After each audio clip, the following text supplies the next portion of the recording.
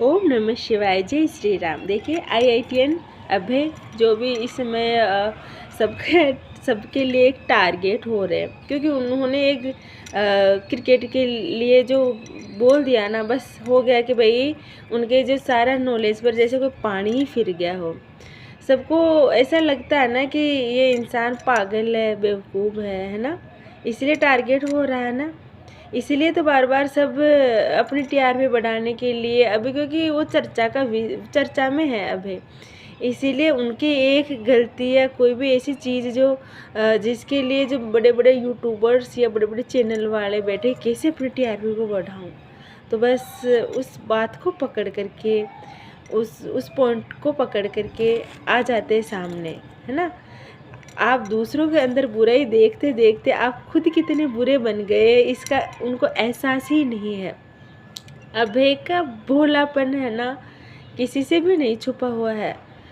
अगर आपके अंदर पवित्रता है तो ज़रूर नजर आएगा अभय के अंदर कितना भोलापन है। उन्होंने सिंपल लहजे में बोल लिया, उनका अंदर का ऐसा कुछ था ही नहीं, उनका ऐसा मतलब था ही नहीं कि भाई मैंने ये भविष्यवाणी कर दी। उन्होंने बिल्कुल ऐसे बोला जैसे कुछ दो दोस्त अचानक से मिलते, बोला और यार कैसे हो, बढ़िया, खाना वाना खाया, हाँ खा लिया।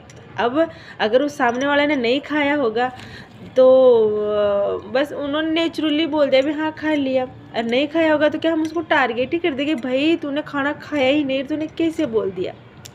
अबे का बस वैसे नेचुरल तरीके से बोला था उन्होंने, उनका मतलब वैसा कुछ था ही नहीं। तो जिस तरह से टारगेट होते जा रहे हैं, अगर आपको अभय में कभी हीरो नज़र आता है, कभी ज़ीरो नज़र आता है, तो भैया आप आप अपने अंदर ज़रूर झांक करके देखिए कि आप क्या हो।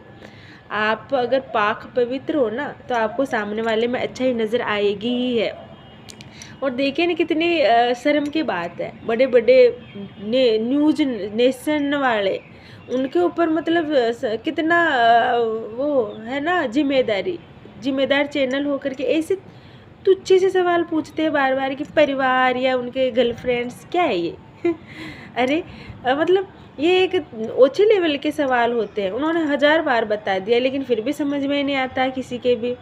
और आप बार बार है ना औरत की इज्जत की बात करते हो, लेकिन आप क्या कर रहे हो, आप जैसे ही अभय को उनके रिश्ते के बारे में पूछते हो ना, आपको ये नहीं लगता, जैसे मान लो कि रस्सी है, तो अगर पहले सिरे की अगर हम बात करूँगा पकड़ूंगा तो एक दूसरा सिरा तो खुद ही उसमें आ जाता है अपने आप ही, नहीं करोगी तो भी आ जाएगा।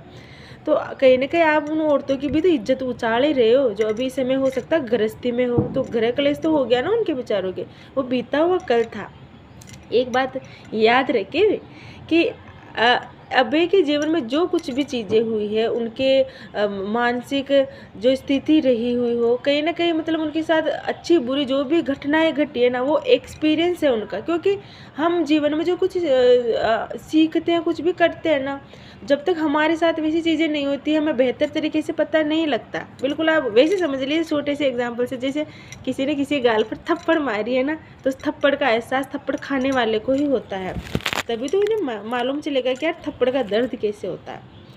तो अभय के साथ जो भी सारी घटनाएं घटी है ना, एक्सपीरियंस होती जा रही है, और वो एक्सपीरियंस अब आम जीवन के लिए प्रेरणा है कि भाई किसी के साथ कुछ हो तो वो कैसे बाहर निकले। और अब वो ना धर्म से जुड़ने के बाद उनका मतलब हम किसी आम जीवन को महसूस हो ही नहीं सकती, क्योंकि उन्होंने वो एक तो हम वैसे भी ज्ञान हम ना बाहर से पढ़ कर के लेते रहे, खुद के भीतर से जब जागृत होता है ना ज्ञान, तो उसका एहसास, उसकी खुशी, कुछ नई चीज़ें और होती है उसके अंदर। जो हम लिखी लिखाई पढ़ते हैं ना, उससे अलग और चीज़ें होती है जो उनके भीतर है। अगर सवाल पूछे तो वैसे सवाल पूछो कि भाई उनके भीतर ऐसा क्या है, क्या ऊर्जा है जो इस समय मतलब हर किसी के लिए ऐसा हो गया ना, पहचान पाना इतना आसान नहीं है। कहीं ना कहीं उनका जो ज्ञान है ना, वो उनकी पहचान बनता जा रहा है।